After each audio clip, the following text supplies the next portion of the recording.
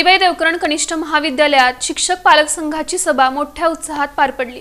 हरिभाई देवकरण कनिष्ठ महाविद्यालयात शिक्षक पालक संघाची सभा मोठ्या उत्साहात पार पडली। प्रास्ताविक ज्येष्ठ पर्यवेक्षक एस कुंभार यांनी केलं। यावेळी प्रमुख अतिथी प्राचार्या दीपा फाटक यांचा सत्कार करण्यात आला।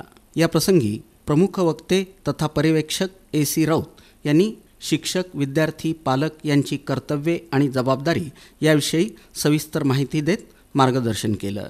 पर्यवेक्षक मेजर BD बनसोडे यांनी आपलं मनोगत व्यक्त केलं। यावेळी प्राचार्या दीपा फाटक यांनीही मनोगत व्यक्त केलं।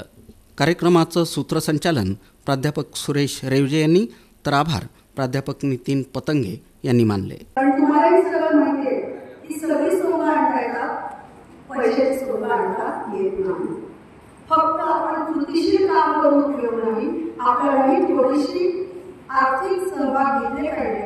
तर त्या दृष्टीने मी असा काही ठराविक नियम सांगत आहे, फक्त मी तुम्हाला एवढंच आवाहन करत आहे की ज्या ज्या विद्यार्थ्यांना किंवा जे माझे विद्यार्थी आता कनिष्ठ महाविद्यालयातून पास होऊन जर नोकरी लागत आहे किंवा कुठेतरी कंपनीत काम करत आहे, तुमच्या परिचित असतील, तुमच्या आजूबाजूला जर असतील तर त्यांना आठवण करा, आवाहन करा की हे सुवर्ण महोत्सवी वर्ष आहे।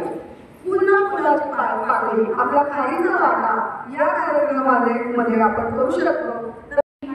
पालकातून जे इच्छुक आहेत कार्य करण्यासाठी कॉलेजसाठी, तर त्यांच्यासाठी कार्यकारी प्रणाली आखावी, जेणेकरून अजून एकदा परत विद्यार्थ्यांना प्रोत्साहित करण्यासाठी म्हणा किंवा मार्गदर्शन करण्यासाठी किंवा त्यांच्या अडीअडचणी आहेत त्याच्यासाठी आपण व्यवस्थित असं त्यांच्याशी काही चर्चा करू शकतो किंवा आपल्या मुलांचे जे मार्क आता कमी जास्त झालेले आहेत +1 -1 त्याच्यावर आपण फोकस करू शकतो। वादविवाद स्पर्धा असेल, त्यानंतर समूह गायन असेल, समूह नृत्य असेल, त्याचबरोबर खेळाडू तयार झाला पाहिजे। आपल्याकडे खेळाचे सुप्त गुण आहेत त्यासाठी जे खो खो असेल, क्रिकेट असेल, व्हॉलीबॉल असेल, अशा काही वेगवेगळ्या स्पर्धा आपण आयोजित करतो आहोत।